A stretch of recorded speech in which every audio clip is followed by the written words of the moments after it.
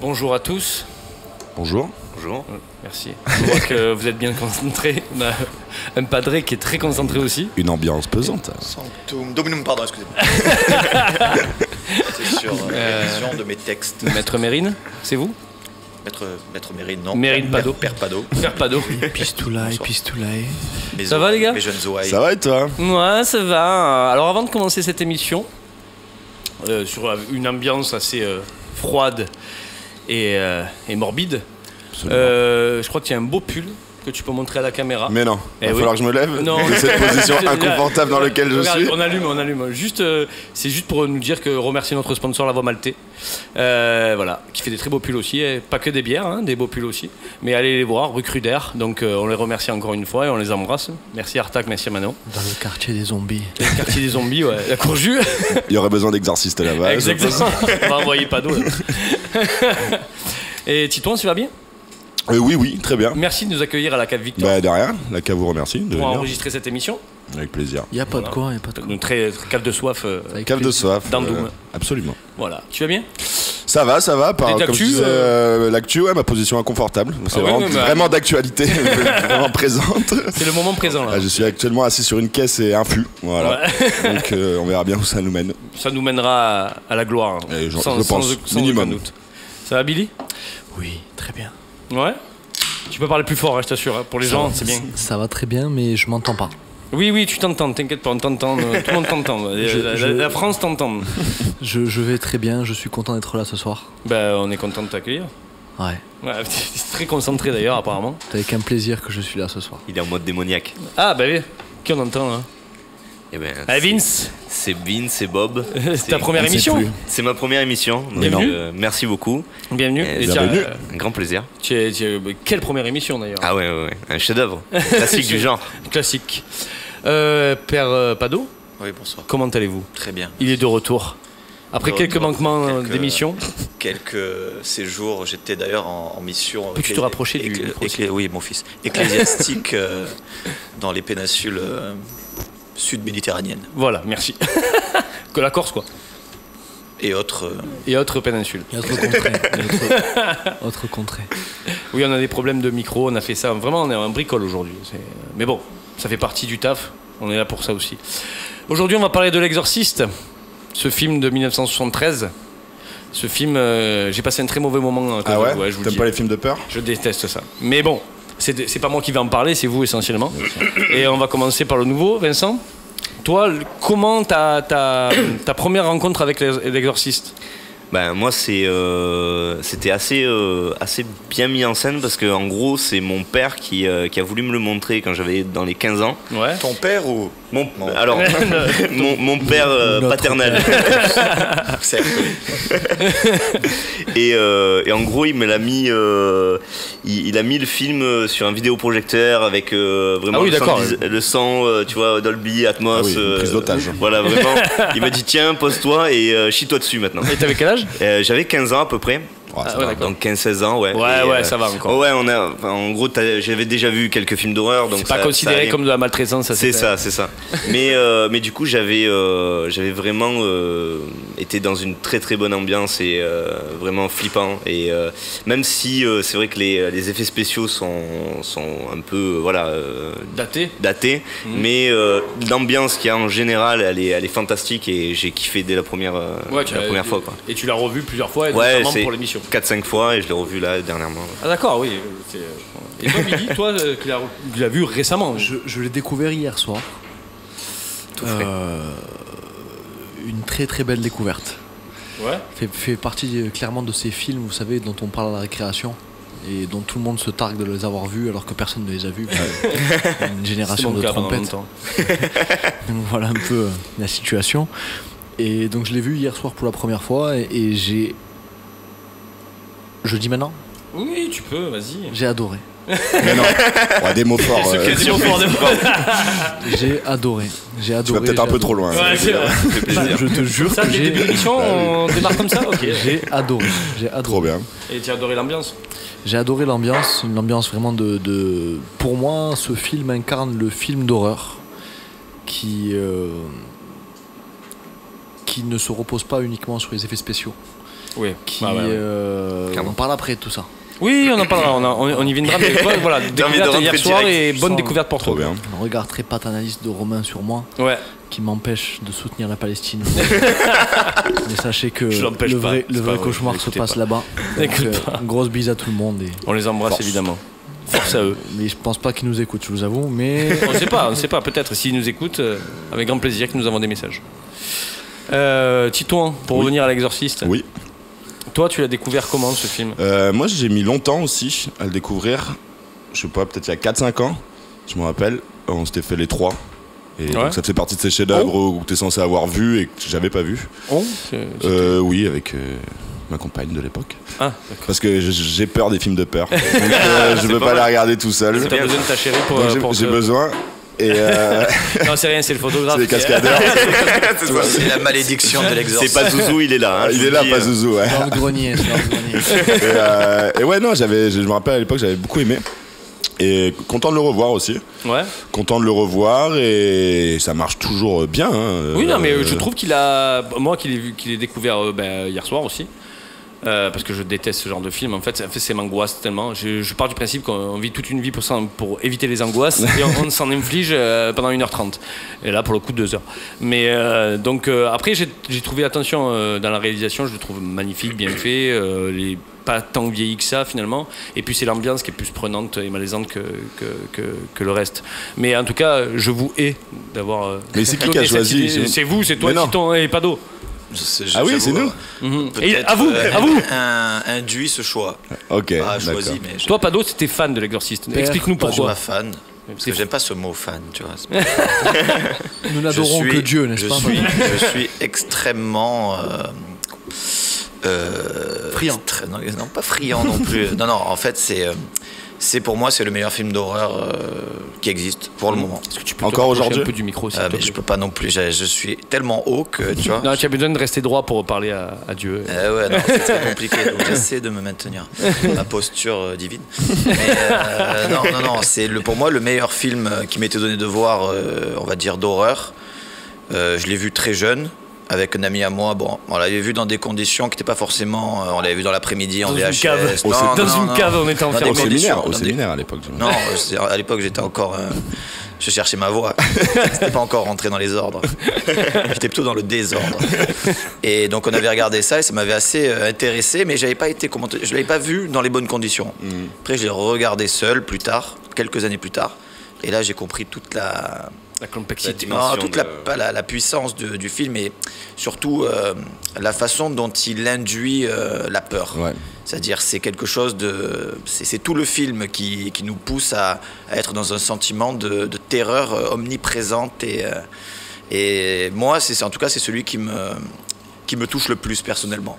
Donc, que sur celui-ci ou tu connais les autres aussi? Non, les autres, je les ai regardés à l'époque, mais ça n'a rien à voir. Ouais, moi, j'ai le souvenir du 3 est pas mal. Non, c'est des ersatz. Le commencement, tu parles? Non, de la trilogie vraiment, je sais pas. Non, 80, mais en fait, le problème, c'est qu'il n'y a pas vraiment de trilogie. Il y a le 2 qui suit le 1 et le 3 qui fait fi du 2. En fait. Donc, c'est pas vraiment 3 qui se suivent. Et d'ailleurs, le 3, j'avais bien aimé. Dans le 3, Percaras est encore en vie. Ok. Donc mais quand on parle de l'exorciste, on parle que du 1. Les voix du Seigneur sont impénétrables. Et toi, Nabil, tu peux nous résumer en quelques phrases le pitch film qui commence par Allahu Akbar et finit par Allahu Akbar. C'est vrai. Je sais. Tout à fait, mais très cher. Non, blague à part. Oui. Blague à part. C'est pas une blague parce que ça commence en Irak. Ouais. Je suis très friand de ces films qui se reposent sur une espèce de mystique orientaliste pour développer un sentiment de l'ailleurs, de l'étranger et de la crainte qu'il peut susciter. J'adore ces films qui sont aujourd'hui devenus très caricaturaux où on va avoir un aventurier au début qui va trouver une relique, on comprend rien de ce qui se passe. Ouais, très mystique. On comprend pas de comment ça arrive, l'énergie, le ci, le ça. Il tape dans une pierre, il voit un truc bizarre, on le retrouve au pied de la fenêtre. Concrètement, on sait qu'il y a eu une transmission, mais on ne sait pas comment. Que le mal arrive. Au début, dans un pays musulman, que des hommes, l'Irak, du coup. L'Irak, berceau de l'humanité. La ville la plus avancée technologiquement jusqu'à George Bush. Senior. George Bush Senior. Et on part de là.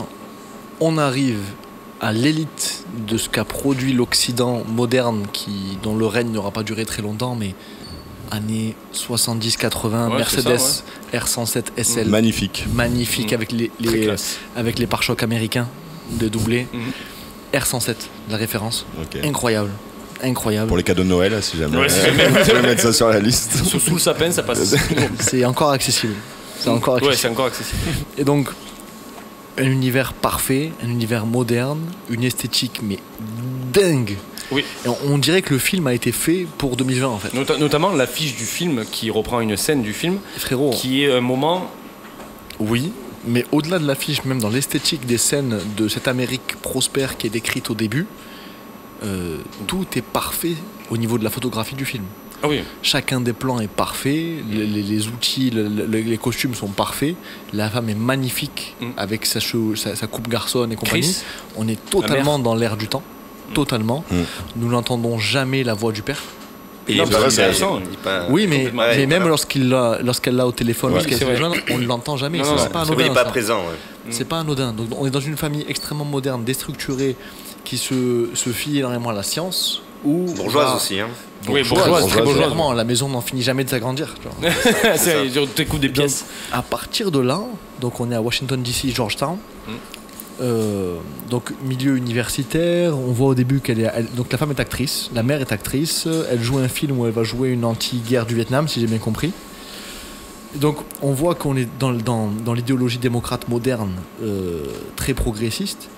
Dans ce monde-là, ultra aseptisé et avec une absence quasi totale de transcendance, dans ce monde-là va émerger l'éternel, la malédiction divine, Sahur, comme on dit en arabe, et qui est lié au monde arabo-musulman, qui est lié au berceau. Oui, parce que c'est là-bas qu'il découvre le Pazuzu. Donc du coup, moi, je suis assez d'accord avec Nabil. Je suis assez d'accord avec Nabil sur ce traitement du mal qui arrive dans ces débuts 70 américains, où c'est la fin du hippisme, c'est la fin du flower power. T'as Charles Manson 2 ans avant, c'est ça, qui monte une secte hippie qui après devient satanique. Le mal est là, c'est les années Nixon, c'est la guerre du Vietnam. Vous pensez que le réalisateur pense à ça totalement pour... Moi je pense qu'il capte complet, sûr. Ouais. En tout cas, en fait, pour moi c'est tellement moderne que ça aurait pu être produit en même temps qu'il était une fois Hollywood de... Ah oui, Tarantino. Est-ce qu'on a cité au moins le réalisateur du film? William Friedkin, bien sûr, le grand, qui est mort il n'y a pas longtemps en plus. Non, il est mort il n'y a pas longtemps, il y a 7 août. C'est 3 ans. Non, cette année. Ouais, c'est cette année, je crois. On a un souci technique, Lucas? C'est mieux là? C'est bon. Ouais. Là, c'est bon. Ah, mais si tu veux aussi. Excuse-nous, c'est le Pazuzu qui... Ouais, c'est le Pazuzu qui froisse tout. Qui froisse tout. Possède les micros. Toi Pado, tu le vois, ce que dit Nabil, du coup, toi, tu le ressens comment? Non, moi, c'est trop... Étant dans les ordres. C'est comment te dire, les affaires terrestres ne vous concernent pas. Le côté social du film, tu vois, moi je vois Mais il y en a un. Oui, il y en a un certes, mais moi quand je regarde un film d'horreur, en fait, je fais abstraction du contexte socio-politico et je me concentre en fait sur les sensations, on va dire horrifiques que le film peut me procurer. Et là en fait c'est crescendo, c'est tout le film, ça se passe l'hiver, il fait froid, les gens sont constamment en train de projeter une haleine de gelée d'ailleurs dans le film. Ça se passe pendant Halloween, non? Je crois qu'il y a un moment où on voit des gamins déguisés. C'est pendant la période d'Halloween? Ouais, il me semble. Hein. Tu vois les gamins déguisés qui font les maisons, quoi. Il y a un froid permanent. D'ailleurs, ils ont Friedkin mettait le plateau à 0 degré pour qu'il y ait justement cet effet de froid. Le plateau de la chambre est construit dans une bulle. Quand les gens parlaient. Infâme à tourner. Un peu comme The Thing, on en avait parlé. Exactement. C'est un huis clos. Mais surtout, c'est que la peur est, comment te dire, elle est présente, mais elle est pas. On sait où elle se trouve. C'est-à-dire que en dehors de la chambre, on a vite les tenants. En dehors de la chambre et de Reagan, voilà, c'est la vie se déroule. Mais dès qu'on se rapproche de ce point névralgique, les choses sont complètement, voilà, ça devient, je veux dire, c'est démoniaque. Mais il n'y a pas comme dans les autres films où tu as une possession, tu as un truc dans la maison, des fantômes qui partout, apparaissent. Là, c'est une construction. Tu vois, c'est vraiment précis et et surtout c'est crescendo. Ouais, c'est ça. C'est-à-dire que ça arrive pas tout de suite. D'abord, elle a des réactions parfaitement cartésiennes, la mère. Ce qui est tout à fait normal de penser d'abord à une maladie mentale plutôt qu'à une possession. Elle fait beaucoup confiance à la science. Bah oui, mais ce qui est tout à fait normal et ça rend crédible le récit en fait. Voilà. On remarquera qu'il y a un virage, c'est la mère qui est vraiment à étudier. C'est au début, elle veut absolument un traitement médicamenteux de la chose. Ah ouais, elle veut un traitement cartésien de la chose. Elle lui file de la Ritaline comme on filait à tous les enfants un peu hyperactifs. C'est ça, exactement. Et il y a une bascule extrêmement brutale dès lors qu'on a des manifestations physiques sur Regan, dès lors qu'elle a des scarifications qui apparaissent, d'ailleurs ça devient concret. Très très vite, elle passe au trouvez-moi un psychanalyste. Elle passe très très vite à une dimension occulte par rapport à l'époque de la chose. À une époque où la psychanalyse et le traitement de la dissociation de la personnalité est très très rare. D'ailleurs comme c'est évoqué. T'as le docteur à un moment donné qui dit franchement, je vais vous donner d'abord les cachets, etc. Exactement. Et puis si vraiment ça marche pas, envoyez un psychiatre. Mais bon, c'est un peu du gris-gris. En fait. Ouais, c'est ça, exactement. Il y a une symbolique de tout ça. Voilà. Il y a une symbolique de par le cloisonnement de l'espace dangereux du film qui va être la chambre du haut, la chambre de Regan, et la dimension, le refus de l'ésotérisme et du côté malédiction au début. Il y a une symbolique de l'Occident au pied d'argile en fait. Il y a une espèce d'Occident dominateur qui pense avoir compris des choses millénaires, qui pense avoir compris l'humain. Et ils se sont totalement éloignés de ça en fait. Et qui pensent être au-dessus de ça. Symbolisé par la scène où elle est devant 80 médecins. Et tous en blanc, avec les cafetières brillantes en inox. Ils servent à rien. Incroyable cette scène. Elle dit c'est 88 médecins. Et la seule personne qui n'est pas en blanc, c'est elle est habillée en noir. Cette scène, la photographie est magnifique. Magnifique, dinguerie. Iconographie, il y a une grosse iconographie dans le film. Dinguerie. Mais tout ça est recherché par le metteur en scène et le réalisateur. C'est un blockbuster en plus, donc c'est un film de studio, donc il y a beaucoup d'argent. Au niveau de budget, au niveau de budget, c'était quand même. C'est énorme, c'est un blockbuster. C'est le premier blockbuster d'horreur. 12 millions qui a rapporté 440. C'est le film d'horreur. C'est le troisième film d'horreur le plus rentable de tous les temps après ça et. On n'a pas dit que c'était un livre à la base. L'Exorciste qui a été un best-seller absolu, qui est un des livres les plus vendus de l'époque aux États-Unis, voire du XXe siècle, aux États-Unis, qui est vraiment quelque chose de très connu en Amérique. Et donc 2 ans après, il décide de faire l'adaptation. Et c'est un film de studio quoi. C'est ça qu'il faut se dire. C'est pas un film d'auteur tiré de faits réels, exactement, d'un exorcisme. Ouais, mais après c'est souvent ce genre de films sont tirés pour avoir fait mes petites recherches. Mais souvent ce genre de films sont tirés de. Bon après c'est sûrement extrapolé. En fait, sur l'auteur, pendant 20 ans, il a réfléchi à ce roman où il a eu un cours d'anthropo quand il était jeune à l'étudiant. William Blatty.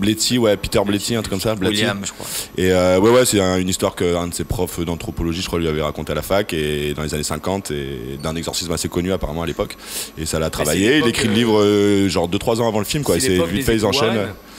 C'est aussi l'époque des époux Warren.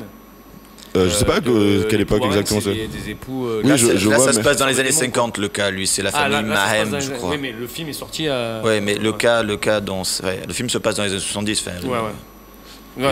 D'accord, oui. Donc c'est ça. Donc et en fait, quand tu dis l'imagerie, justement, c'est intéressant parce que du coup, on remarque plein d'images subliminales de Pazuzu. Le truc, c'est que nous, si le film a été remasterisé, il me semble, il y a en 2001. Il y a une director's cut, je crois. Et en fait, avec cette version, on peut remarquer ces images subliminales, sauf qu'à l'époque, avec les écrans cathodiques et les images qu'on peut avoir, avec le grain de l'image qu'on peut avoir, c'est vrai que ces images subliminales, on ne les voit pas forcément. C'est soit il faut augmenter la lumière pour le voir, notamment Pazuzu qu'on voit énormément finalement.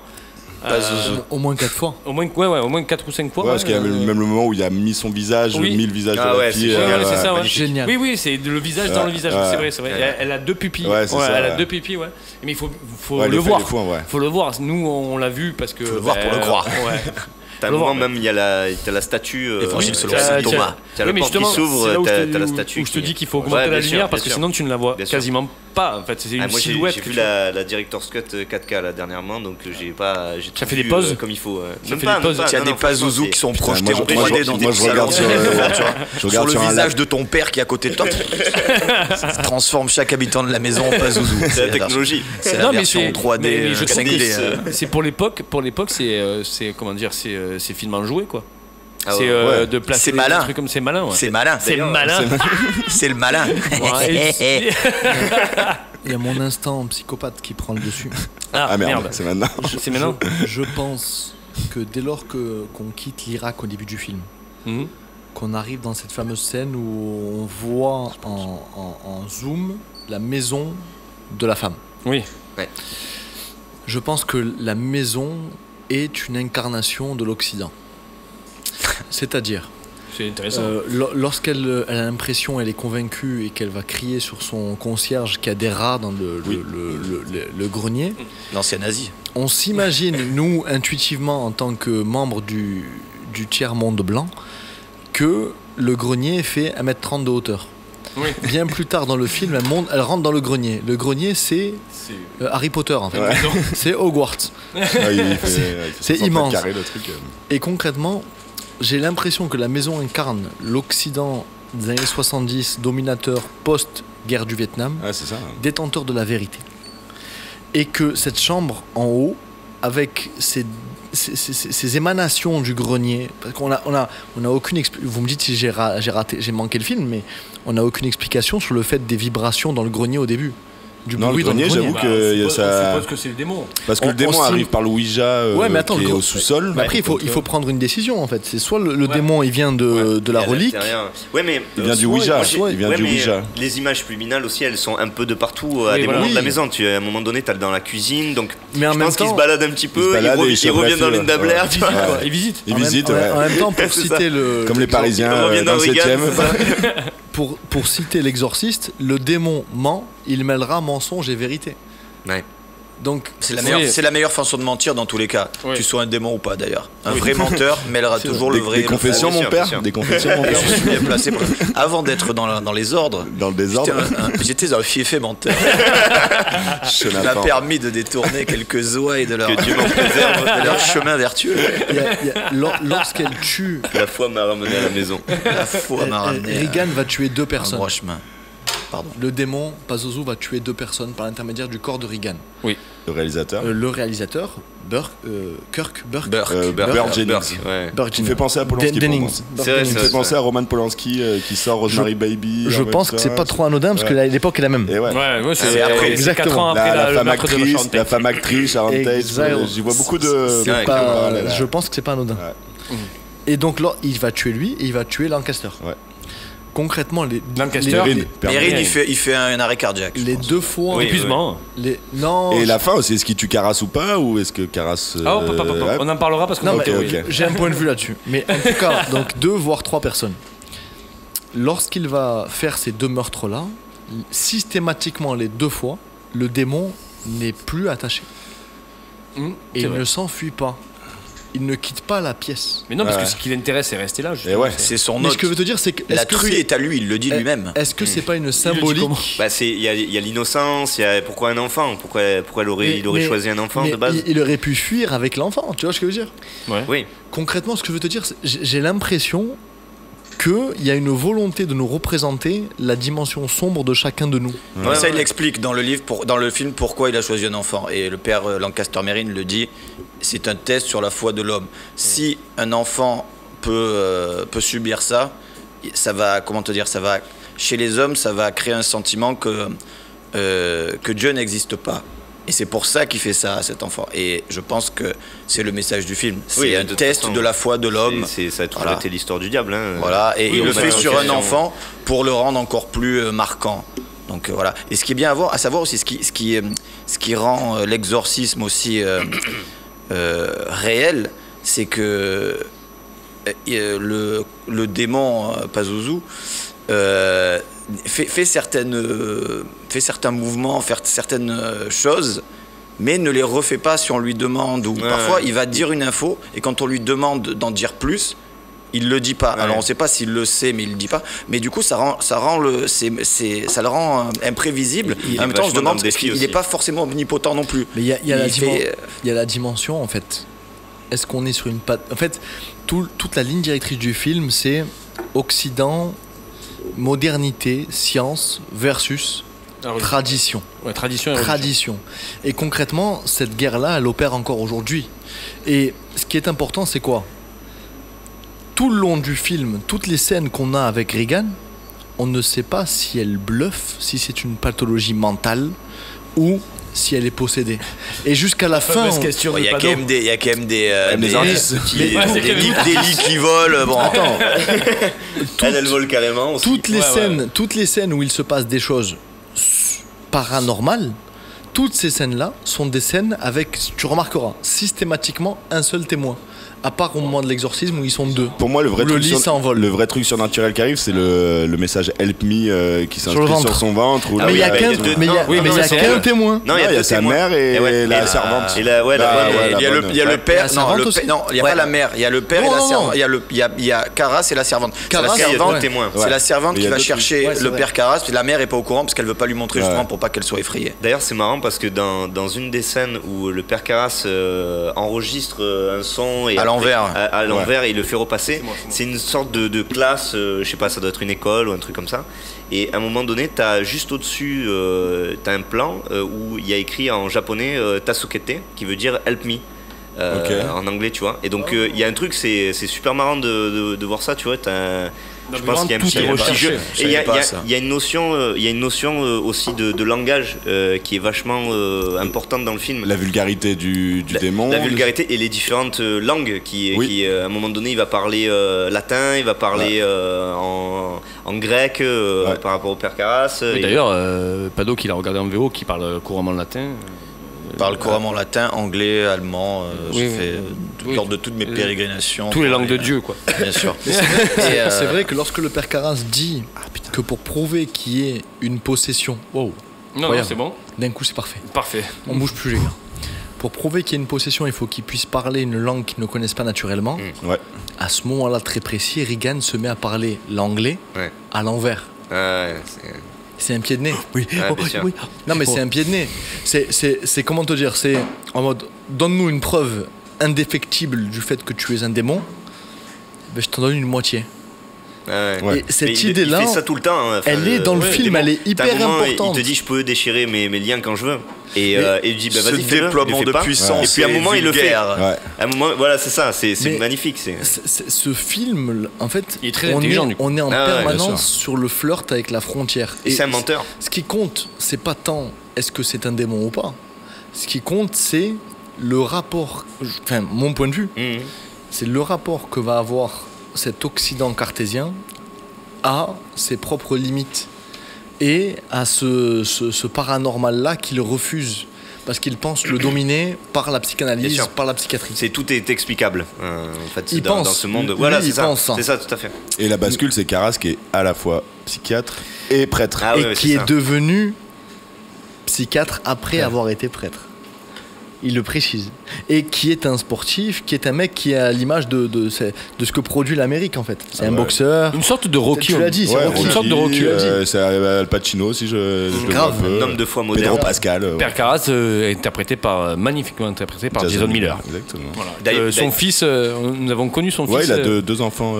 Qui est acteur aussi. Jason Patrick. Mais d'ailleurs, c'est vachement intéressant aussi le côté. Qui est mort jeune. Prêtre dans ce film-là, parce que les prêtres modernes, enfin les jeunes qu'on voit dans le film, donc le père Caras et l'autre, je sais plus comment il s'appelle. Il y a son collègue aussi qui le ramasse dans l'escalier à la fin. En fait, ils se bourrent la gueule, etc. Et en fait, tu vois, prêtres modernes. Voilà, ils ont vraiment des soucis. C'est pas le prêtre tranquille qui est dans sa petite paroisse. Ils sont pas en paix. Voilà, ils sont pas en paix du tout. Il vient de perdre sa mère aussi. Oui, bien sûr. On est face à des alcooliques, des mecs torturés. Voilà, même tu vois le pote du coup du père Caras, à un moment donné il fait une soirée chez des amis, etc. Et il rentre. Mais il est avec l'équipe du film en fait, parce que ça se ferme dans l'église à côté aussi. Et du coup il y a un peu le côté moderne dans le sens où eux aussi ils font la fête, eux aussi ils s'amusent et ils boivent. Et au final t'as un peu l'impression que ça a été perdu. Et même dans l'église, à un moment donné, t'as Marie qui est complètement profanée. Oui, c'est vrai, il y a cette histoire. Et du coup, c'est un peu une perte de religion, une perte de foi. Et du coup, là où il y a une faille, le diable rentre. Ouais, et il y a un peu ce truc-là. Est-ce que Père Carras est choisi au hasard?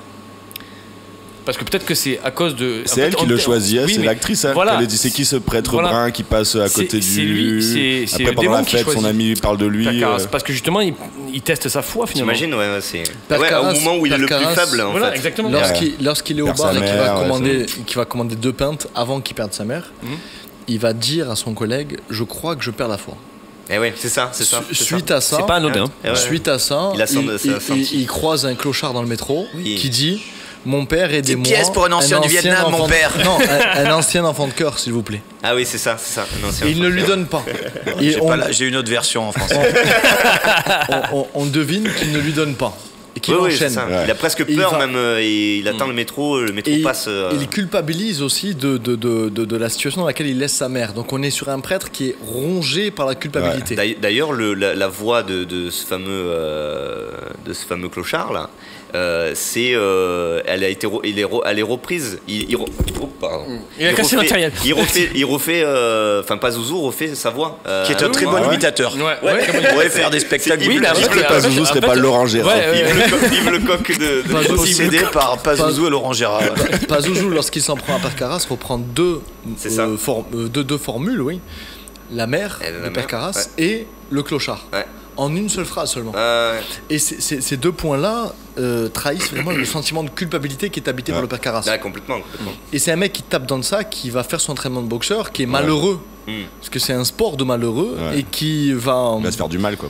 Il va se faire du mal. Il va se ronger. Non, mais tu as raison. Non, c'est pas toi, c'est moi. C'est une sorte d'autoflagellation. Il y a ce rapport-là à la religion. Donc on est face à une religion qui est biscornue, qui est vieillissante, qui est fatiguée, qui se... Vous laissez tenir des propos comme ça mon père. Nous sommes dans la tolérance. Toutes les religions, tous les genres. Tous les leurs problèmes, leurs dérives. Mais je laisserai parler. Qui va se ronger elle-même en Occident. Et la force vive qui va t'arriver, elle vient d'un prêtre qui incarne donc la même religion, mais qui lui vient d'Orient. Ouais. Enfin, dans l'imagerie qu'on a, il vient d'Irak. Même s'il habitait, je sais pas où, il le disait à un moment dans le film. Oui, il est reclus dans telle région du monde. Il savait même pas qu'il était de retour aux États-Unis quand ils veulent le chercher. Il est archéologue. Je sais pas ce qu'il fout. Non, il fait des études archéologiques. Ouais, il est archéologue. Non, mais juste pour revenir sur ce point de l'Irak qui toi te plaît. Il est hyper important. C'est hyper important, mais moi je trouve que c'est encore genre les États-Unis qui se défaussent. Genre le mal ne vient pas de chez eux, quoi. Ouais, genre il vient d'un pays arabe, tu vois. Pazuzu est un arabe. C'est encore en Irak que ça se passe. Le diable est un arabe, quoi. Tu vois, c'est il s'immisce dans les maisons. Tu vois, je trouve, moi j'ai vu ce côté-là. J'y avais pas du tout pensé comme ça, mais c'est pas faux. Mais il y a une dimension de l'Irak qui est cristallisée en fait par vraiment l'Irak de 73. Hein. Donc l'Irak cette avant... scène elle est incroyable, il n'y a pas de parole, il n'y a rien, ils croisent que des moustachus. Une sorcière à moitié qui en fait lui font dévier son chemin pour l'amener à Pazuzu. Avec les chiens qui se battent en fond. Les chiens qui se battent, le mec au-dessus, il y a une espèce de charrette qui le bloque, il est obligé de prendre une autre rue et il est guidé vers Pazuzu en fait. Ce qui est incroyable, c'est que cet Irak-là, il faut bien avoir conscience. En fait, nous, c'est dur parce qu'on est des chiards, on est des minots. Mais concrètement, c'est une Irak qui n'a pas encore connu aucune des guerres du Golfe. Aucune, même pas Bush senior. Et donc, concrètement, c'est une Irak qui, à l'époque, était vue comme berceau de la science. Bah, tu le vois, il n'y a pas un élément moderne dans le pays, il n'y a rien. S'il y a des charrettes, il n'y a pas une bagnole. Et donc j'ai l'impression que c'est plus le millénarisme. C'est l'éternel versus ça s'entend, l'île moderne que sont les États-Unis. Qui se veut maître du monde. Je vois plus comme ça.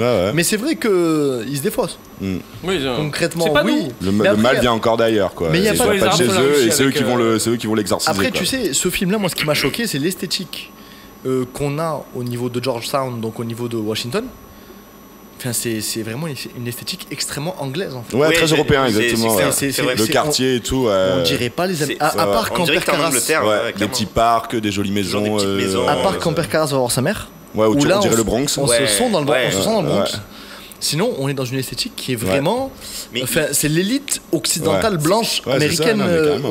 Il doit pas. C'est pas à New York qu'elle est sa mère. Los Angeles. Je sais qu'elle est à New York, ouais. Elle est à New York, sa mère. Du coup, il fait des allers-retours et à un moment donné, il peut pas venir. Il a pas le temps et du coup, elle meurt. En tout cas, ce qui est sûr, c'est qu'elle est pas à Georgetown. Non, elle est à New York. Je crois qu'elle est à New York et justement, il parle avec son frère à un moment donné. Chez lui, en fait. Il parle avec son frère ou le frère de sa mère. Ouais, c'est ça, exact. Qui dit qu'il a pas les moyens. Messieurs. Je sais pas ce qui se passe, mais on va faire une pause du coup. Il y a le Pazuzu qui arrive. Il y a le Pazuzu qui arrive, donc on va l'accueillir, on va boire un coup avec lui. Et on va reprendre en deuxième partie d'émission où on enchaînera directement avec le quiz. Parce que là, il y a une bataille. Non. Direct avec le quiz. Non, il y a une deuxième partie. On quiz. On parle, on se touche la main, on se caresse. Exprime-toi clairement. Et après, on enchaînera avec le quiz sans pause pour la troisième partie du quiz. Allez, je voulais dire. Ça va pour nous, parce qu'il y a le match de l'OM. Exactement. À de suite. Putain, comment j'ai mal.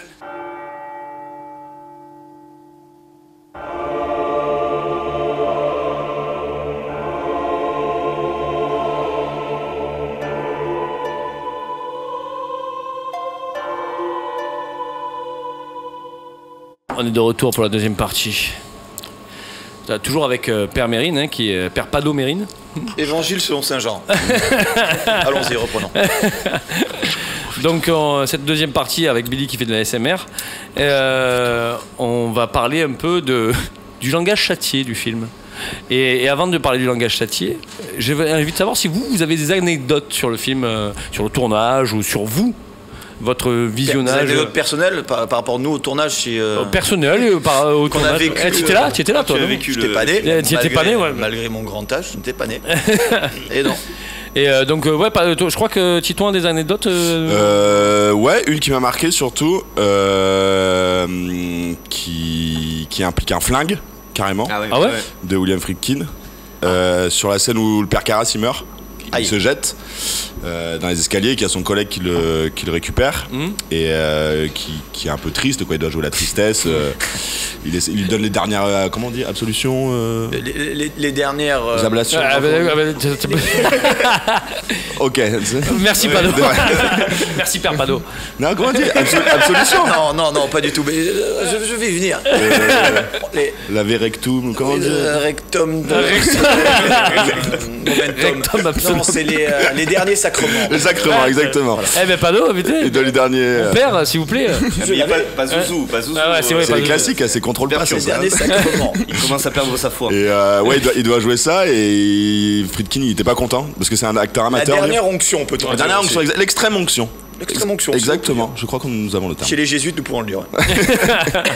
Et la scène a été parce que c'est un acteur amateur, le prêtre. Ouais. Et la scène a été tournée 70 fois. Il fait froid, c'est la nuit, et Friedkin est pas content. Donc qu'est-ce qu'il décide de faire en grand fada, de tirer à côté du mec un coup de flingue, un vrai coup de flingue à côté de l'oreille. L'autre 5 heures dehors, il chiale quoi, il craque complet et à action. Et voilà. Fin de l'histoire. Il n'y a pas aussi une histoire de baffe pour faire pleurer ou un truc comme ça. Je crois qu'il y avait une histoire où il y avait un... Ouais, il y a eu des violences physiques. Ils ont carrément maltraité. Non, mais je crois. En gros, il y avait un des acteurs qui n'arrivait pas à pleurer. Et du coup, Friedkin lui a mis des baffes quoi. Et sacré Friedkin. Ce bon vieux Friedkin. Des méthodes quelque peu austères. On lui a demandé toute sa vie sur ce tournage-là quoi. Et à chaque fois il a dit les autres le faisaient aussi. Donc vraiment c'était une autre époque. C'était un tortionnaire. C'était une autre époque. On peut plus rien faire. C'est Gérard. C'est William. C'est bon. C'est Willy. Non mais alors oui, il y a pas mal d'anecdotes en fait. Oui, comme vous avez dit sur le plateau, il faisait 0 degré aussi, donc vraiment tensionnaire quoi le mec. C'est vrai quoi quand on voit. Il veut vraiment que ses acteurs. Après, ceci dit, pour le jeu d'acteur, ça peut aider. Bien sûr. Fallait pas déconner. C'est quand même. Il a instauré un climat de peur. Il n'y avait pas un traumatisme aussi de Linda Flair qui joue Reagan. Linda Blair. Yes. Linda Blair, ouais. Flair, pas Flair mais Blair. Mais grâce à un Blair, on a du flair. Mon père. Je fais aussi, j'ai un club de jeux de mots avec le presbytère. Et donc oui, Linda Blair du coup. Ouais, tout à fait. C'est le presbytère, c'est ça. C'est le presbytère, c'est le mot. Non, c'est le club de jeux de mots, vraiment. On ne rentrera pas dans le jeu de mots. C'est vraiment ça qui m'a fait. Contenant le verbe pressé. Éviter. Au début était le verbe, hein, exactement. Ça commence comme Bien ça. joué. C'est une joute verbale qui s'enclenche. Et du coup, Linda Blair a été traumatisée apparemment par ce rôle, notamment par le tournage. Donc elle a refusé presque. Alors elle joue dans la suite, en plus avec Chris, sa mère, qui est Hélène Bernstein. C'est le nom de l'actrice, ça? Ouais, je sais. Tout ça dans ma tête alors que j'ai vu le film hier soir. Incroyable. Tout est noté. Oui, et après ce langage châtié. Bon, attends, il y a aussi il y a quelques d'autres anecdotes quand même. Vous avez retenu il y en a plein, non? Je vous les demande. Allez-y. Tu en avais une, tu m'as dit tout à l'heure. Ouais, personnel, toi. Moi j'en ai une, mais en fait c'est juste que L'Exorciste, ça fait partie de ces films durant mon enfance, de génération Z. Oui. Quasiment. Oui. Génération Zidane. DZ. Génération DZ. Ça fait partie de ces films dont on parlait sans les avoir vus, dont chacun se réclamait de les avoir vus. Et c'était un peu l'incarnation du film d'horreur qu'il fallait avoir vu, qui faisait peur. Absolu, Voilà, c'est ça. C'était l'idée même de la peur, c'était ça. Ouais, c'est-à-dire que ça a été un gros marquant. Je fais partie de la génération qui a connu un peu le début des sauts. Et les sauts étaient très sanglants, mais beaucoup moins d'atmosphère. C'est du porno. Pour moi, c'est un peu porno du film d'horreur. C'est littéralement ça. C'est un peu gore pour moi. Tu vois, ce côté gore. Non, L'Exorciste aussi. Il y a du gore, tu vois. Il y a du gore, mais pour l'époque, c'était du sang, c'est montré. Tu sais, en vrai, j'ai l'impression que le pire ennemi de chaque enfant, chaque être humain, ça va être son imagination. Oui, bien sûr. Et lorsque tu arrives à la susciter, comme dans ce film-là, parce qu'il y a quand même des points où, putain, on n'y répond pas, tu vois. Pourquoi le lit bouge? Pourquoi il y a des bruits dans le grenier? Tu vois, il y a des points où même un enfant doté de raison, on lui donne pas d'explication. Et malgré tout, il le voit. Et il va accorder, tu sais, c'est la suspension de l'incrédulité. C'est la fameuse condition indispensable à tout film de science-fiction ou d'horreur. Et le mec, il va y croire parce que il va réussir à rentrer dans l'atmosphère du film, l'atmosphère qui est brillante, qui plus on va vers l'horreur, plus va vers le bleu, vers le froid. Les couleurs. Et donc, il va rentrer dedans. Il va même se jeter à la place de la petite fille, tu vois, genre la scène où elle donne le bain, la daronne là, comment elle s'appelle? Chris. Elle donne le bain à la fille, à Regan. Cette scène-là, il y a des trop gros plans sur un enfant pour ne pas être un film pédopornographique. Et alors, à moi, mon père, la voix de Pazuzu, vous savez comment il a fait? Oui, moi je sais. Ah bah justement. Alors, ce qu'on appelle noyer le poisson. Ne parlons pas de pédopornographie en présence d'un homme de l'église. Nous avons assez de problèmes avec le domaine juridique à ce niveau-là. D'ailleurs, on appelle. Les procès sont en cours. On appelle. Je vous signale qu'on est présumé innocent de l'avocat de mon diocèse de plusieurs affaires. Je vous signale qu'on est présumé innocent. Maître Fripon. C'était pas une histoire de double voix là. d'une actrice, qui avait repris de l'alcool, genre c'est une ancienne actrice. C'est ça, une ancienne actrice fumeuse alcoolique, qui a repris la boisson. Qui a repris exprès pour être vraiment. Et qui pour en plus. Studio là. Avoir des cris encore. Se faisait attacher sur une chaise. Voilà, il faut leur extraire la substantifique moelle. Ce sont mes agneaux. Il faut que je les teste pour leur faire sortir le meilleur d'eux-mêmes. Parce qu'ils ont des anecdotes, mais ils ne veulent pas les dire. Voilà. Et d'ailleurs, au lieu de parler de pédophilie. T'as même Friedkin qui lui disait pédophile avec tes salmanies. Qui lui disait carrément non mais c'est bon, on n'en fait pas trop non plus quoi. Je veux dire, j'ai pas besoin que c'est pour une voix quoi. J'ai pas besoin que tu te remettes à penser qu'elle alors qu'il est quand même excessif. Tout excessif qu'il est, il n'est pas allé jusque là. Tout le monde l'a vu en VF en plus, non? Donc moi je l'ai vu en VF. Je crois que VO est incroyable en vrai. Moi je regarde beaucoup en VO. Pardon. Mais surtout là-dessus, je pense. Il y a deux VF. Il y a des VF que j'adore. Il y a deux VF de l'époque. Il y a une VF où elle s'appelle Régine. Au lieu de Regan. Mais la vraie Régine, c'est la première VF, c'est Régine. Elle est possédée par Régine. Elle s'appelle Régine. Mon Montrez Et après, ils ont fait une deuxième VF plus contemporaine avec Reagan. Mais moi, du coup, c'est la première fois que je voyais la vraie VF. Parce que j'ai entendu des extraits à la radio, il y a un affaire sensible sur le film, genre les extraits en VF, c'est terrifiant, on dirait un peu téléfilm, je sais pas si c'est là que tu parles. Mais encore en France, on a une très bonne VF. Ouais, mais là, je crois que c'est. Non, déplaise aux amateurs de VO, adeptes du variété, du cinéma de c'était pas variété. terrible. À cette époque-là, genre, on en est où de Ronald Reagan? C'est la fin. Moi aussi, ça m'a fait penser à Reagan. Alors, non, mais j'ai pensé tout à l'heure. C'est pas anodin. C'est la fin. Après là, c'est Nixon. Nixon, c'est Watergate. Nixon, il y a Jail Watergate. C'est pour ça, c'est vraiment un peu la fin de la toute puissance américaine. Et donc c'est. Non, Reagan, c'est après. Reagan, c'est les années 80. Donc c'est anodin. Qu'elle s'appelle la fin de Nixon là. Qu'elle s'appelle Reagan. Je sais pas, faudrait leur demander. On va appeler William. On l'appelle. De l'au-delà. Ce bon vieux Willy. La table de Ouija, on va lui parler en direct. Après, William, es-tu là? Les gars, blague à part, on n'a pas du tout évoqué un des nombreux biais que le film propose. Biais, j'ai bien entendu. Oui. Ça va. Vous pouvez continuer, monsieur. Mon enfant. Mon père. Un des nombreux biais que le film propose par rapport à l'interprétation de la possession. Parce que le film ne prend pas parti. C'est-à-dire que c'est que dans les suites où on acte une possession. Mais ça, c'est. Tu parles vraiment de la possession? Je parle de Edwards. Du mec avec qui elle joue au début. La petite, elle a un jouet, elle appuie dessus, le jouet, il part dans tous les sens. Et elle dit oui, c'est Edwards, ou elle dit quoi? Captain Audi. Audi. Je suis fou. Elle dit c'est Captain Audi. Je suis encore là-dedans. Le démon du personne ne parlait, mais personne n'avait la ref. Mais gros, elle dit c'est Captain Audi. Oui, mais je suis désolé. Sur la table de Ouija, en termes de mise en scène cinématographique, il se passe un acte supernaturel qui devient où elle appuie sur le bouton. Qui est complètement anecdotique dans le film. Exact, le jouet. Le truc là, le jeu de société. Sur le Ouija. C'est le premier un peu manifeste. T'as le triangle d'un coup qui se barre et c'est le premier truc en vrai. Ça va. Et donc, ça va bien.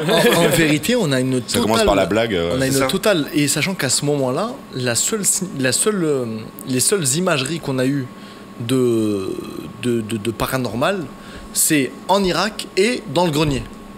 On n'a eu aucun signe vis-à-vis de la petite fille, vis-à-vis du lit. Ouais. Et elle appuie sur un jouet, le jouet il fait ça, et au calme, et on n'en parle plus. Non, c'était. Et la mère a l'air de dire oui, c'est le jouet qui est spécial pour faire ça. Sauf qu'il n'y a pas de jouet qui fait ça. Non, il n'y a pas de. À cette époque, il n'y a pas de. T'es con, même pas à cette époque, même aujourd'hui, il n'y a pas. Oui, c'est pas faux, oui. Parce que si c'était pas motorisé, merci, au revoir. Quoi. Mais tu vois, il y a un truc bizarre. Oui. Et donc, il y a toujours cette ligne de crête du film. Excusez-moi d'être emmerdant, parce que je sais qu'on m'a dit, il faut être fun. Ligne de crête, faut plus le dire déjà. Crête, c'est quand on fait de l'escalade, pas quand on parle de. On m'a dit, il faut être fun. Mais je suis incapable d'être fun. Même dans mes pires soirées de débauche. Sachez que il y a cette ligne de crête entre interprétation scientifique, psychanalytique de la situation de la petite et paranormal, possession, Allahu Akbar. Mais ça, je comprends plus. Je comprends plus rien du tout. C'est Kaboulox pour moi là. Gros, entre le côté psychiatrique et mystique. Gros, explique-moi le Allahu Akbar à la fin dans le générique de fin. Mais tu l'as entendu toi? Frérot, les gars, remets-moi le générique de fin. Je l'entends au début, mais je m'en rappelle pas. À la fin du film, au moment où le prêtre part avec le.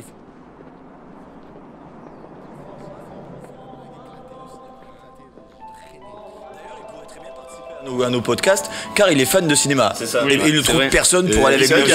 En parlant de ça, moi j'avais retenu qu'il y a beaucoup de références au cinéma en lui-même. Un film se tourne dans le film, elle est actrice, il parle d'aller au cinéma. Une sorte de mise en abîme. Mais non. Sur une mise de crête. Une mise en habile. Exactement, c'est la mise en habile. Comme Zébu l'a trouvé. Très précisément. Très précisément, voilà. Bien vu, c'est vrai. Et ce langage châtié alors de ce film, on n'en parle pas de ce langage châtié. Est-ce que Pado, toi tu es très bon imitateur de Père Pado, pouvez-vous nous faire notre réplique préférée? Des insultes. Non, ta réplique préférée. Je pense que tout le monde peut donner sa réplique préférée. Ouais, vas-y. Et je pense que je serai le dernier à la dire. Ta mère suce des je suis l'autorité religieuse à cette table et j'ai le droit de. Ah ouais, toi c'est ta préférée ça? J'ai pas souvenir. C'est pas forcément une insulte, mais je pense en étant un franco-algérien de qualité. De qualité, parce que là ils ont pas de qualité, mais lui il est de qualité. Non, blague à part. je pense que ces insultes et ce langage châtié font beaucoup plus sens dans la VO. Ouais, je pense aussi. Que dans la VF, où en fait, nous, on avait un disson, tu vois ce que je veux dire, tout va bien.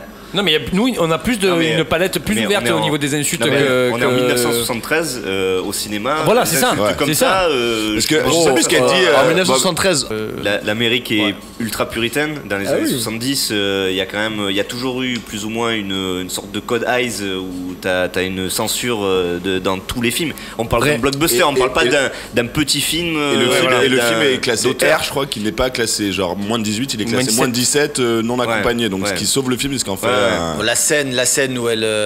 Il est ultra chaud. Jésus me baise. Ouais, c'est là. Avec le crucifix. C'est d'une violence inouïe. C'est atroce. Ça m'a choqué. Non, mais il y a tout. Ça choque tout le monde, ça. J'étais choqué. Encore une fois, pour moi, le plus choquant, c'est qu'elle se poignarde le vagin avec le crucifix. Elle prend la tête de sa mère, elle la sort, elle a un nez rouge. T'imagines la salle américaine, une salle de cinéma américaine moyenne devant ça sur grand écran. Mais clairement, mais encore une fois, les gens vrillent. Ultra puritain, ultra chrétien, on est dans les années 70. Non mais les gars, il y a un autre élément qui est pour moi qu'on passe au-dessus et que n'en déplaise à Romain. Non mais je veux pas.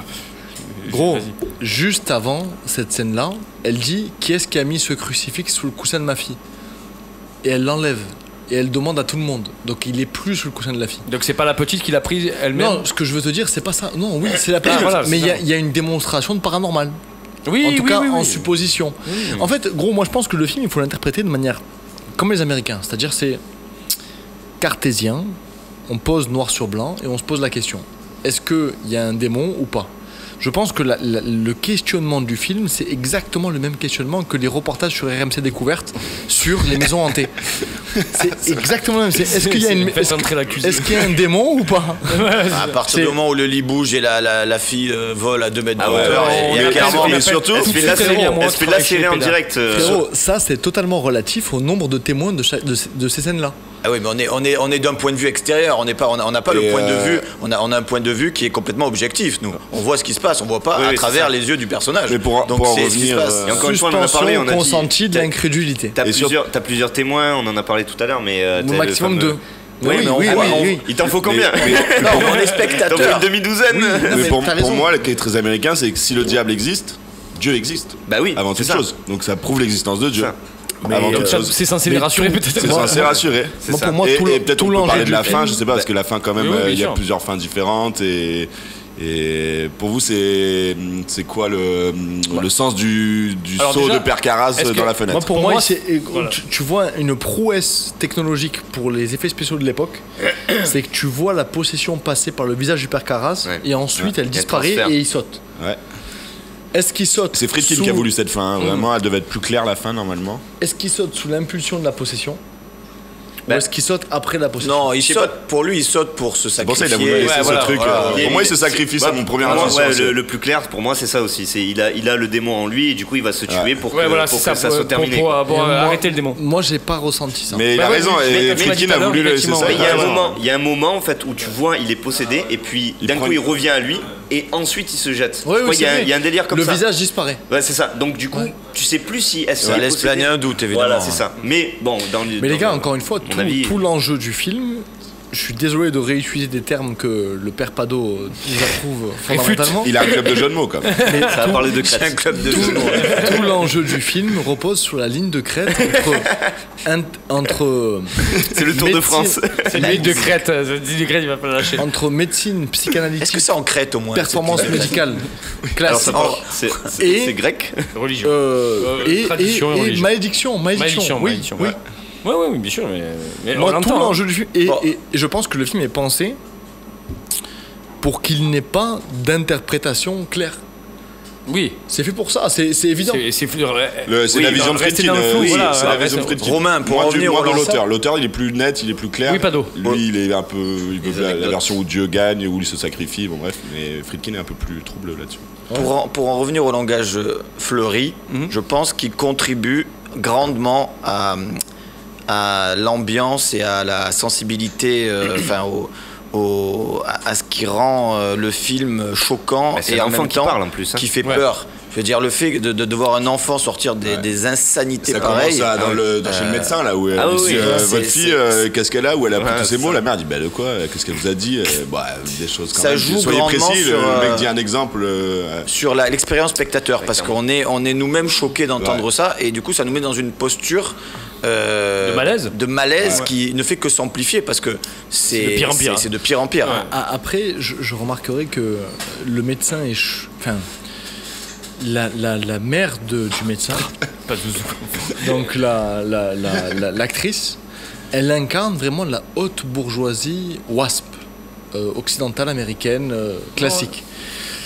Aujourd'hui, cette haute bourgeoisie, enfin ce monde artistique n'aurait pas les mêmes valeurs morales. Le film n'aurait pas la même réception aussi. Non, mais dans le sens. Est-ce qu'elle ferait appel à un exorciste? Il ferait appel à quoi Dans le sens où un chaman. Non, mais un chaman qui fait des infusions. Une retraite au Pérou. C'est Chantal qui fait des cours de yoga. La haute bourgeoisie d'aujourd'hui parle mal. À l'époque, c'était. Du coup, le démon serait soutenu. Non, à l'époque. Il conjuguerait le subjonctif. Suceur de verge, veuillez vous engoffer dans la plus clarté de. Ta gueule, sale diable, tu sais. Caresse, votre maternelle. Ce serait drôle ça, ou ce serait les gens qui insulteraient le diable, et le diable serait ultra châtié et soutenu. Ouais, ça serait. Caresse votre mère, parlons-en. Parlons-en. Je pense qu'elle suçote quelques verges dans une contrée lointaine des enfers. On va arrêter les bruits derrière, c'est pas possible. Il y a des travaux. Tonton possédé par le démon du Pazou. Le photographe, il est possédé. Le démon du Pazou, ouais. Tonton, tu marques l'arrivée du quiz, c'est bien. On va commencer ce quiz. Et là, attention. Musique quiz. Mais non. Oui. Ah bon? Ouais, avant, c'était avant. Jingle. Jungle. C'est quoi la musique du quiz? Alors, deux entités s'affrontent. Des entités non démoniaques, j'ai déjà précisé. Sinon, j'ai de l'eau bénite à base d'huile. Il va vous jeter de l'eau bénite. D'huile d'olive venue directement du Vatican. C'est deux démons contre l'église. C'est ça. Ah oui, c'est avant. Contre l'église. Pado va-t-il arriver? Pado, tu feras équipe avec Bob. C'est un plaisir. C'est plutôt plaisir. Allez, déjà la suite. On a déjà perdu. Non, on peut dire ça après avoir gagné. Oui, effectivement. Je me suis projeté dans un futur proche. Voilà. À vous, Jeff Koons. Quel comics Marvel a pour héros le fils d'un démon et d'une humaine, tout droit sorti des enfers durant la Deuxième Guerre mondiale? J'ai. C'est Hellboy. Hellboy. Bravo. Je l'avais aussi. Travail d'équipe. Je tiens à le préciser. Tu l'avais, David? Bien sûr, je l'avais. Hellboy. Boy. Il ne l'avait pas. C'est la version mexicaine, ça. Hellboy. Il ne l'avait donc pas. Père Pado, pardon. Merci. Et Bob. Tous les combien d'années le clown Gripsou revient-il 27 ans. Voilà, bravo. Bim, allez, question suivante. Moi j'ai un cheat code à côté de moi. Moi je suis tranquille. C'est quoi cette question? C'est Gripsou de ça. Ah, il revient tous les 27 ans. Derry. C'est quoi ça? Ville du Maine. Ça, le clown, ça. Le film clown, tu sais, le clown. Il y a un clown dans le film? Non, mais c'est question de c'est quoi? C'est question d'horreur. C'est quoi la question? Sur les démons, film d'horreur. Démons, film d'horreur. On peut dériver? Démon, film d'horreur. Donc on parle pas que de l'exorciste. Non. Hellboy est dans l'exorciste. Démon. J'ai pas vu ce passage, c'est un directeur Tu l'avais. Je sais pas, il s'appelait Gripsou, je crois que c'était Picsou, moi, Picsou Magazine. Je connais par cœur. Je l'avais pas tes. Ils auraient pas tout dit. Allez, on va essayer. Celle-là, je la connaissais très. Quel grand acteur fait sa première apparition dans le film Freddy, les griffes de la nuit?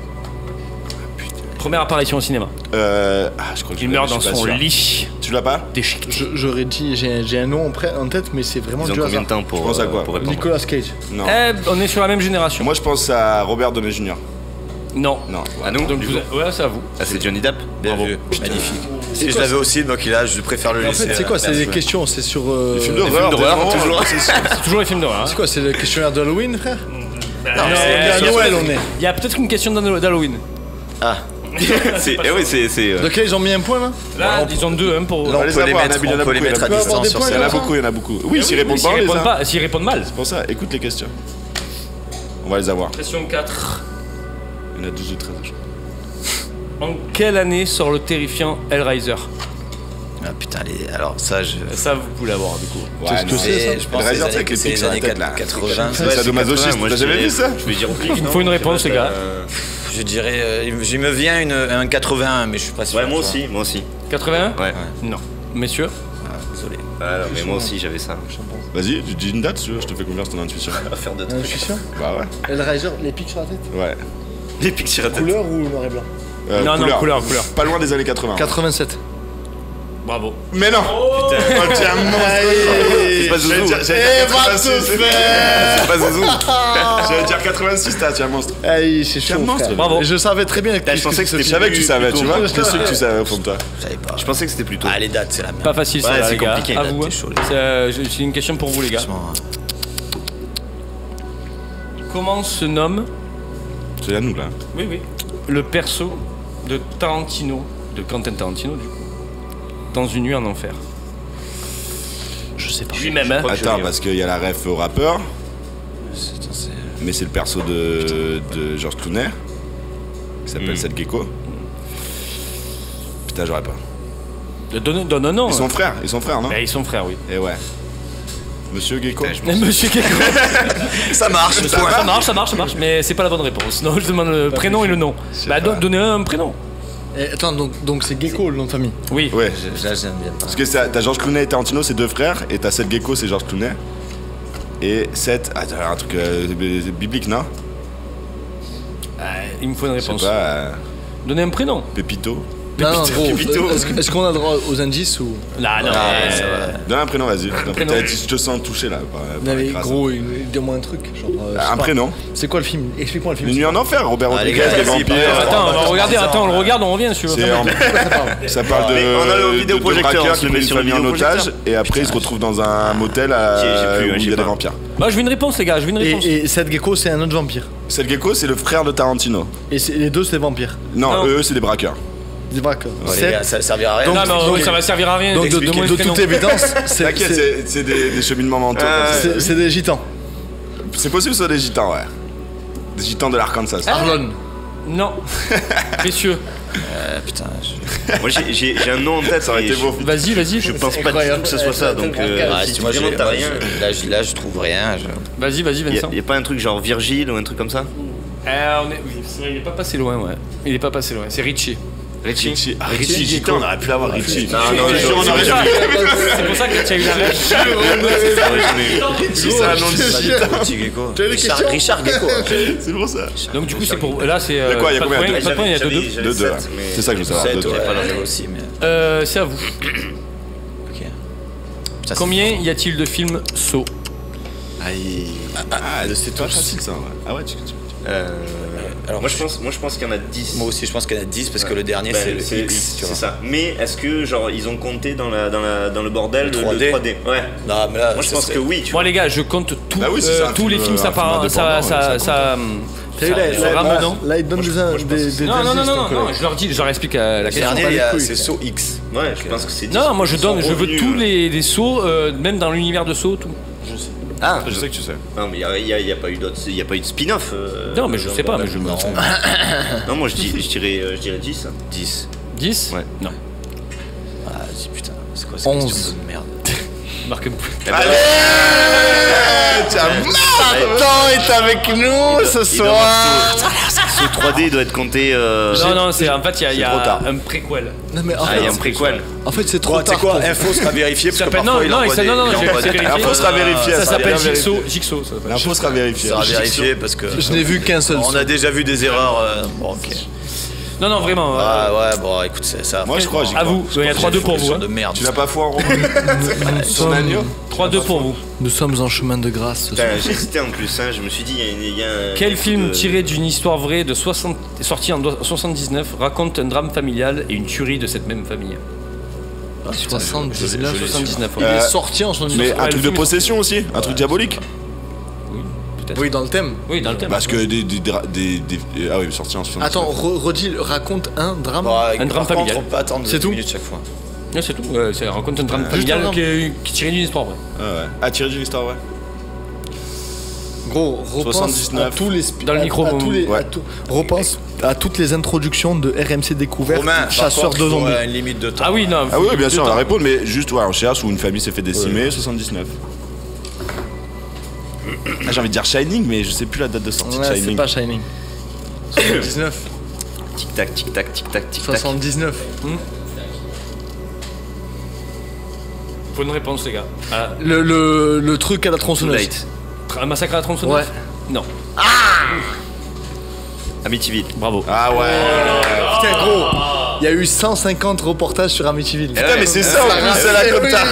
C'est le gars qui a tué toute sa famille. Celle-là, il s'est réveillé une nuit, il a massacré sa famille. Il est dur. Bien joué, bien Elle joué. est un peu dure si tu connais pas, mais toi tu Je l'avais connais, pas. toi. Bien joué. Non, mais ça fait 3-3. 3-3, ouais. Ouais. Bravo, putain. Dommage, On va dommage, arriver à on prend les points des 6-6. autres. Non, il n'y a pas 3 équipes. C'est pas ça marche pas. Je vais trouver En la réponse quelle année- dans les scènes écritures. En quelle année débutent les activités des chasseurs de démons, les époux Warren, qui donnera au film Ah, mais vas-y, arrête avec à 2 ans près. À 2 ans près. La faute, t'as trouvé un truc à Cette 300 près chronologie, sur là. 400 000. Attends, c'est qui les époux Warren?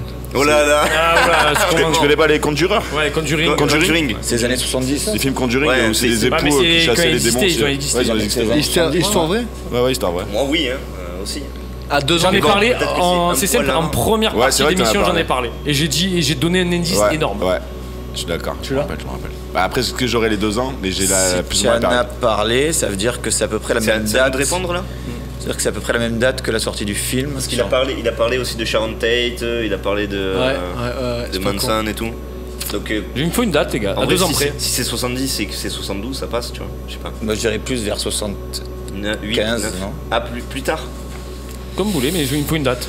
Je sais pas quand est-ce que. Est-ce que les époux Warren ont inspiré Je sais pas quand c'est que. l'exorciste ou l'inverse? Moi, je pense que c'est avant l'exorciste, non? À la fin de 5 secondes, il me faut une date. 70, je dirais. 70. 70 Ouais. Bravo, c'est 71. Ah voilà. Bon.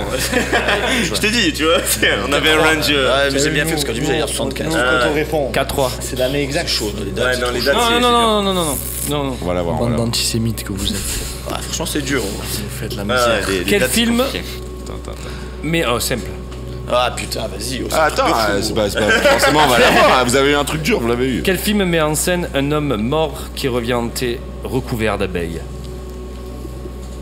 C'est bon. Ah, ben toi tu l'as, Ah mais ouais, ils l'ont pas. ouais, regarde. J'ai je une l'ai, mauvaise série française. Ah ouais. Oh non, non, non. Ant-Man? Non, c'est ta réponse? C'est ta réponse? Non, c'est pas sa réponse. Non, c'est pas ça.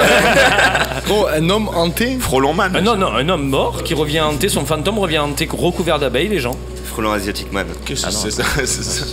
Qu'est-ce que c'est ça?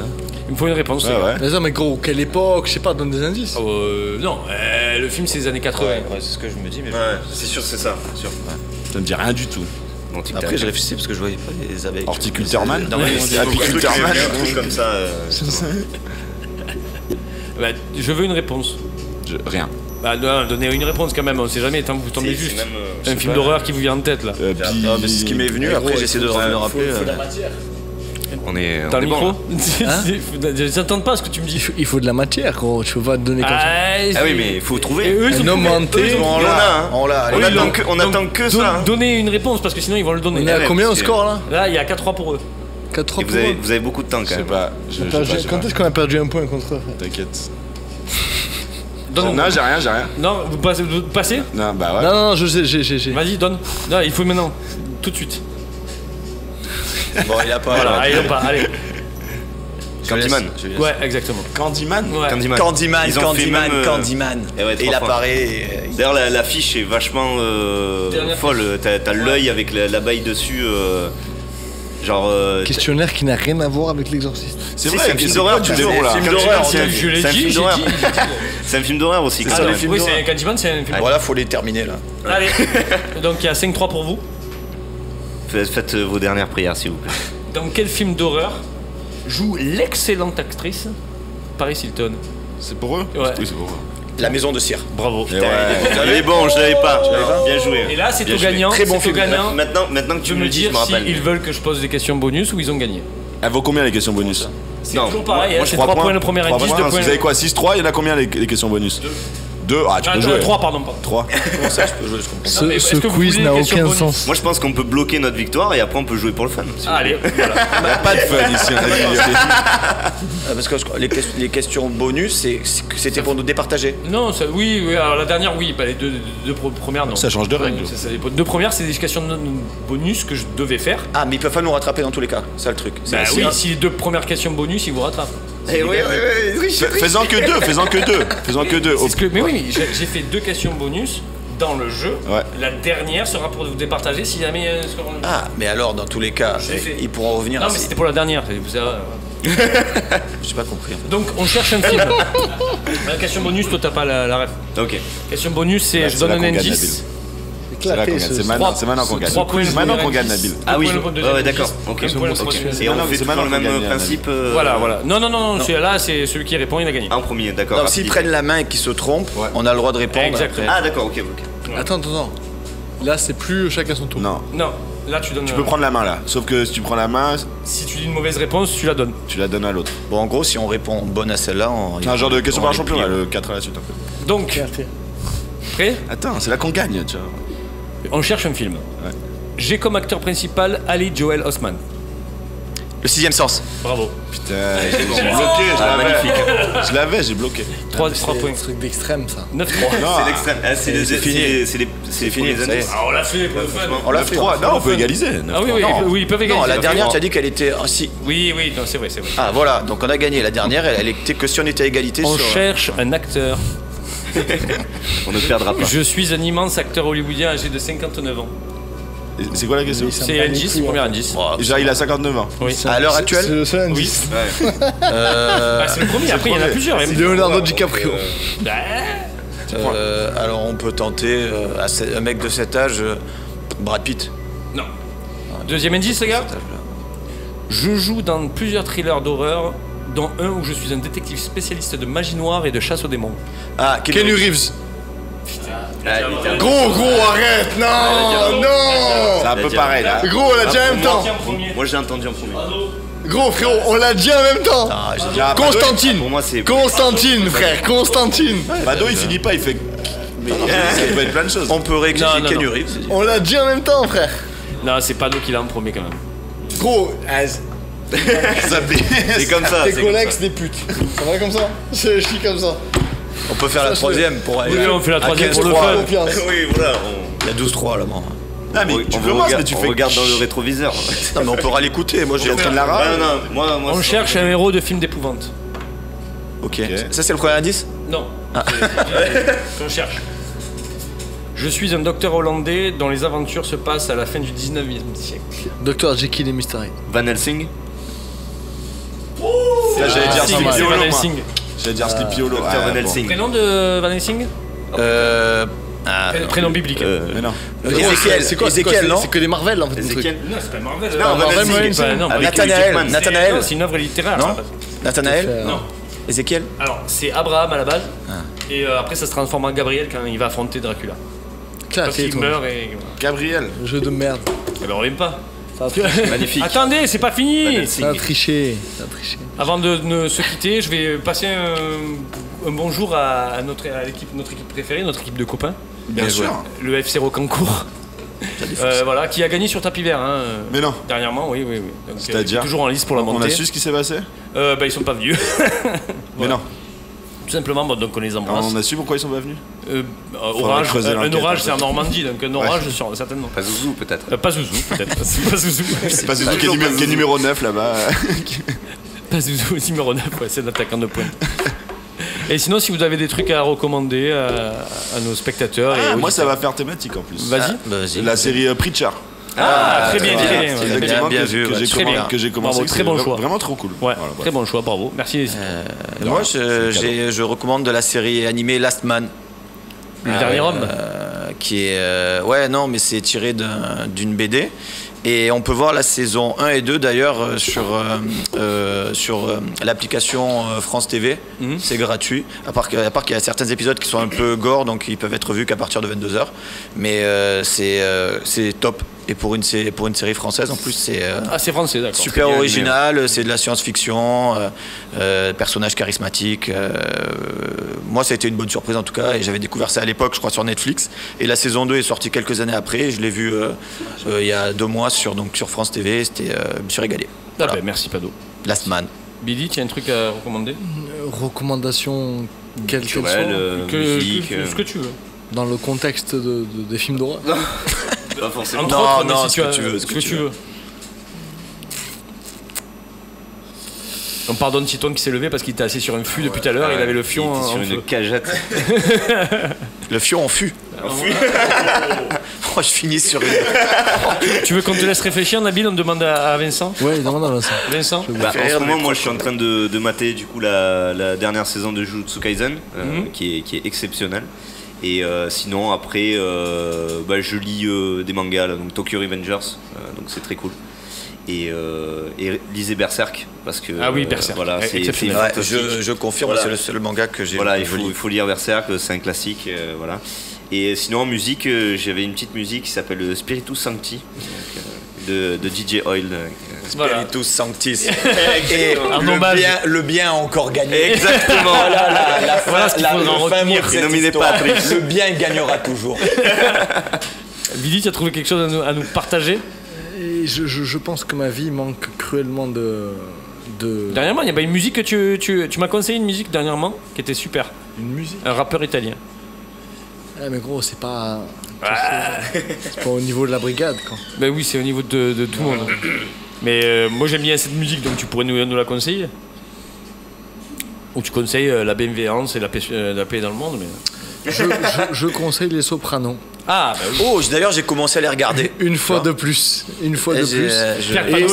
Et la série Les Beaux Mecs.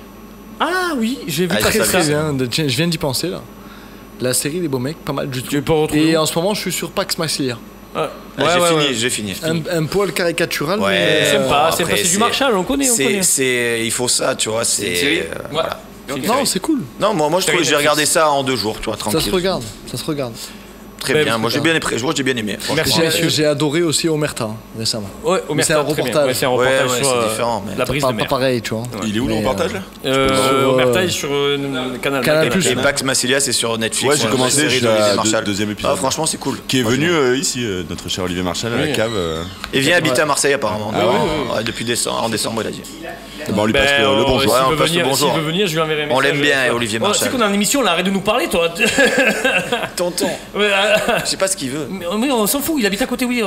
Je sais pas, il nous montre le mur. Je pense qu'il est possédé par Pazouzou. Les images subliminales. Je vais aller m'en occuper tout de suite. Merci Pado, Père, vous pouvez vous... J'y vais. Et c'est quoi la phrase de fin? C'est quoi la phrase de fin? C'est le bien... Le bien triomphe toujours. Merci messieurs. Et la vie trouve toujours son chemin dans Jurassic Park.